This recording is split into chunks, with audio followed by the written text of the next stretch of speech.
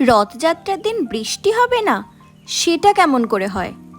শুরু হলো বিকেল থেকে সেই মুষলধারে বৃষ্টি। হ্যালো গাইস, অনেক দিন পরে আবারও আমার একটা মিনি ব্লগে তোমাদেরকে স্বাগত। দিনটা ছিল উল্টো রথ। সকাল না খুব একটা সকালে নয়, স্নান করে সেজে গুজে গেছিলাম কালীবাড়িতে, সেখানে মায়ের পুজো দিতে। দিনটা একটু সুন্দরভাবেই শুরু করলাম। তারপর বাড়ি এসে ঘরের ঠাকুরকে পুজো দিয়ে লাঞ্চ সেরে দেখি কি বৃষ্টি।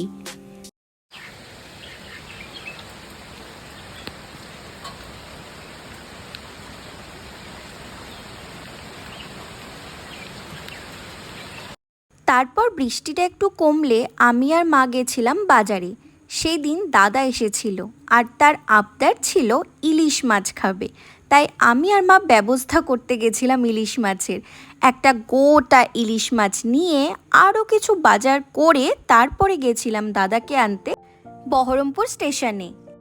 দাদাকে আনতে গিয়ে দেখি ট্রেন লেট, তাই স্টেশনে বসেই মা খেলো ঝালমুড়ি আর আমি খেলাম 1 কাপ গরম দুধ চা।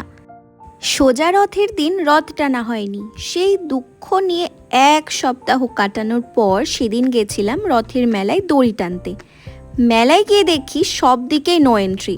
শেষমেশ আমাদের বাড়ির কাছেই এক জায়গায় গেলাম, আর সেখানে গিয়ে মেলা স্পেশাল পাঁপড় ফুচকা এইসব খাবো না, সেটা কি করে হয়।